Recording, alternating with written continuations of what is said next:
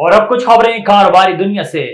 Budget اور نئے قرض پروگرام پر پاکستان اور آئی ایم ایف کے درمیان مذاکرات کا آغاز ہو گیا۔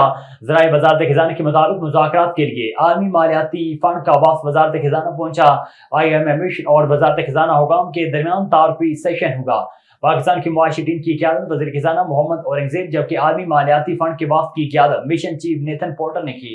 اس موقع پر وزیر خزانہ محمد اورنگزیب نے آئی ایم ایف مشن کو موجودہ معاشی صورتحال پر بریفنگ دی۔ حکومت کی جانب سے 15 روز میں دوسری بار پیٹرولیم مصنوعات کی قیمتوں میں کمی کیے جانے کا امکان ہے۔ پیٹرول کی قیمت میں 12.84 فی لیٹر کمی متوقع ہے۔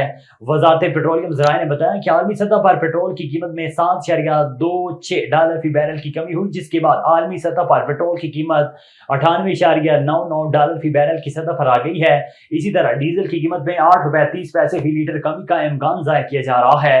عالمی سطح پر ڈیزل کی قیمت $4.68 سے کم ہو کر $99.37 فی بیرل ہو گئی ہے۔ پاکستان سٹاک مارکیٹ میں مثبت رجحان دیکھنے میں آیا ہے۔ کاروباری ہفتے کے پہلے روز کاروبار کے دوران سٹاک مارکیٹ میں 549 پوائنٹس کا اضافہ ہوا، جس کے ساتھ 100 انڈیکس 73,634 پوائنٹس سطح پر ٹریڈ کر رہا ہے۔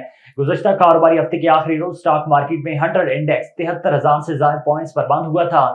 دوسری جانب انٹر بینک میں ڈالر کی قیمت میں اضافہ ہوا ہے۔